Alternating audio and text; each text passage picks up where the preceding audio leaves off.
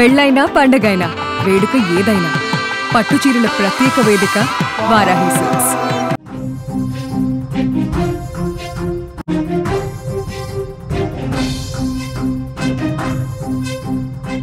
Big breaking news అందుతోంది. BRS working president మాజీ మంత్రి కేటీఆర్ అరెస్టుకు రంగం సిద్ధమైనట్టుగా సమాచారం వస్తుంది. మరి కాసేపట్లో కేటీఆర్ ను అరెస్టు చేయబోతున్నట్టుగా ఇన్ఫర్మేషన్ వస్తుంది. ఏసీబీ కార్యాలయం వద్ద భారీగా బందోబస్తు కూడా ఏర్పాటు చేశారు. తెలంగాణ భవన్కు తాళాలు వేశారు పోలీసులు. అక్కడ ఎలాంటి అవాంఛనీయ ఘటనలు జరగకుండా ముందస్తు చర్యలు తీసుకున్న పరిస్థితి కనిపిస్తుంది. ఏసీబీ కార్యాలయం వద్ద పోలీసులు భారీగా మోహరించారు. విజువల్స్ లో కూడా మనం చాలా స్పష్టంగా చూస్తున్నాం. స్థానికంగా ఉన్న షాపులు కూడా మూసివేయాలని పోలీసుల నుంచి డైరెక్షన్ వచ్చింది. విచారణకు ముందే అరెస్టు ఖాయమంటూ కేటీఆర్ కూడా కొన్ని సంచలనమైన కామెంట్ చేశారు. ప్రస్తుతం విజువల్స్లో మనం చూస్తున్నాం. బీఆర్ఎస్ నాయకుల హడావడి అప్పుడే స్టార్ట్ అయిపోయింది. కేటీఆర్ను అరెస్ట్ చేస్తున్నారు, ఇది అక్రమ అరెస్ట్ అంటూ రోడ్ల మీదకు వస్తున్న పరిస్థితుంది. ఏసీబీ కార్యాలయంలో ప్రస్తుతం కేటీఆర్ను అధికారులు విచారిస్తున్నారు. ఫార్ములా ఈ కార్ రేస్ కేసులో కేటీఆర్ని ఏసీబీ అధికారులు ప్రస్తుతం విచారిస్తూ ఉన్నారు. ఇప్పటికే 2 సార్లు విచారించారు, ఇప్పుడు 3వసారి విచారిస్తున్నారు. కేటీఆర్ విచారణకు హాజరయ్యే ముందు మీడియాతో కూడా మాట్లాడిన పరిస్థితుంది.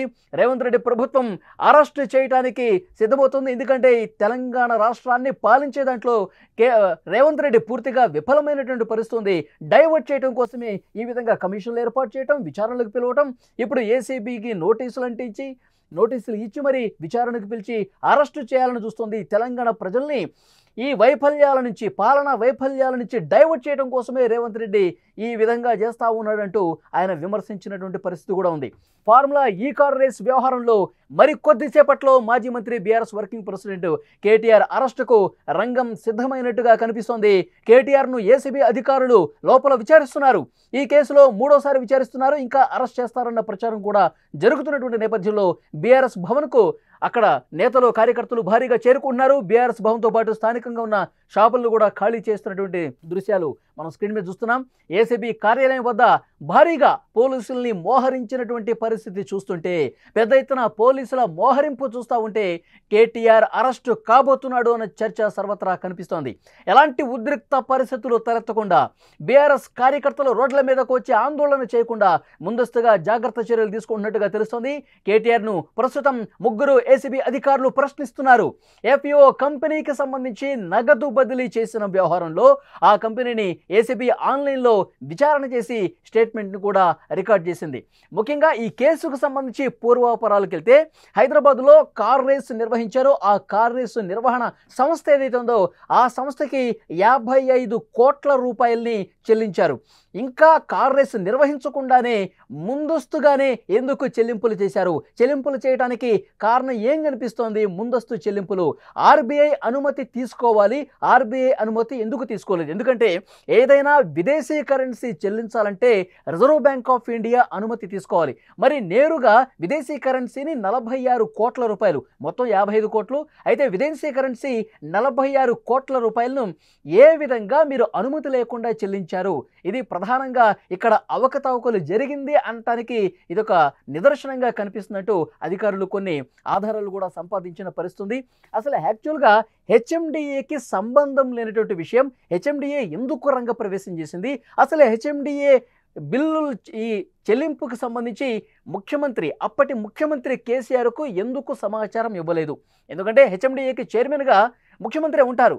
మరి అప్పుడు ముఖ్యమంత్రి స్థానంలో ఉన్నటువంటి కేసీఆర్కి ఎలాంటి సమాచారం లేకుండా, ఆయనకి ఎలాంటి సంబంధం లేకుండా మీరు ఏ విధంగా చెల్లింపులు చేస్తారు? దీని వెనకాల ఏం జరిగింది?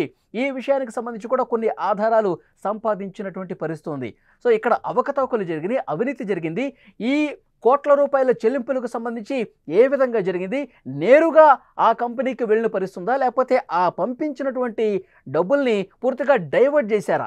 ఏ ఖాతాలకు వెళ్ళాయి? వీటన్నింటినీ క్షుణ్ణంగా తనిఖీలు చేసి పరిశీలించి కొన్ని ఆధారాలు ఏసీబీ అధికారులు సంపాదించినట్టుగా తెలుస్తుంది.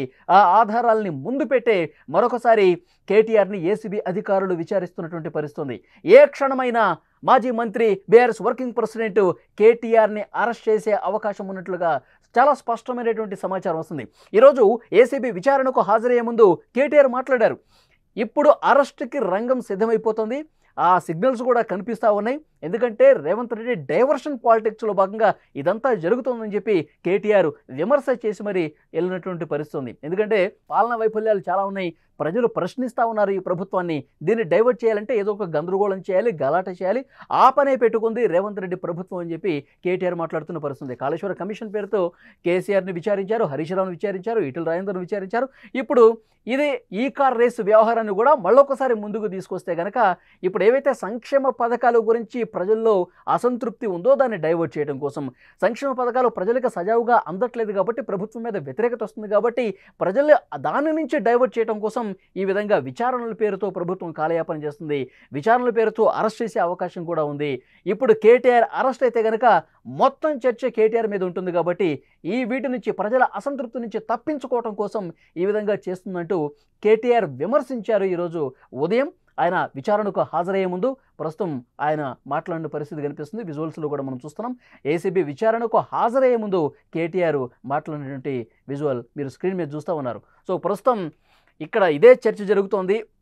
ముఖ్యంగా బీఆర్ఎస్ పార్టీకి సంబంధించిన నాయకులు, కార్యకర్తలు పెద్ద ఎత్తున రోడ్ల మీదకు వస్తున్నటువంటి సమాచారం కూడా కనిపిస్తుంది.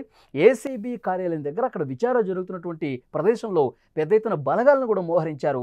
2000 మంది పోలీసులను కూడా మోహరించినటువంటి పరిస్థితి ఉంది హైదరాబాద్ వ్యాప్తంగా. అలాగే తెలంగాణ భవన్ దగ్గర కూడా తాళాలు వేసినటువంటి పరిస్థితి ఉంది. అక్కడికి పెద్ద ఎత్తున కార్యకర్తలు గుమిగూడే అవకాశం ఉంది.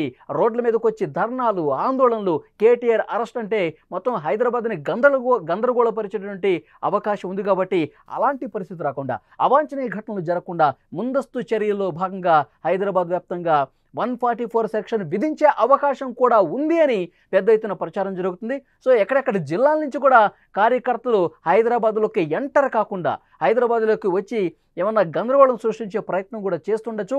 ఎలాంటి అవాంఛనీయ ఘటనలు జరగకుండా ముందస్తుగానే పోలీసుల్ని మోహరించినటువంటి పరిస్థితి. ప్రస్తుతం ఏసీబీ అధికారులు మూడోసారి బీఆర్ఎస్ వర్కింగ్ ప్రెసిడెంట్ కేటీఆర్ని విచారిస్తున్నారు. ఈ కార్ రేసుకు సంబంధించి 55 కోట్ల రూపాయలని పూర్తిగా దారి మళ్లించారు, అవినీతికి పాల్పడ్డారు, అవకతవకలు పాల్పడ్డారు.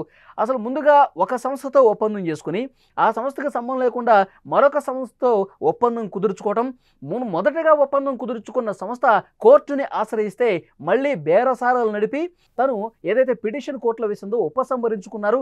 ఆ వెంటనే మరొక కొత్త సంస్థకి 55 కోట్ల రూపాయలు విదేశీ కరెన్సీ రూపంలో హుటాహుటిని చెల్లించారు. ఇక్కడ క్యాబినెట్లో అప్రూవల్ లేదు, ముఖ్యమంత్రికి సమాచారం లేదు. మీరు ఏ విధంగా డెసిషన్ తీసుకుంటారు?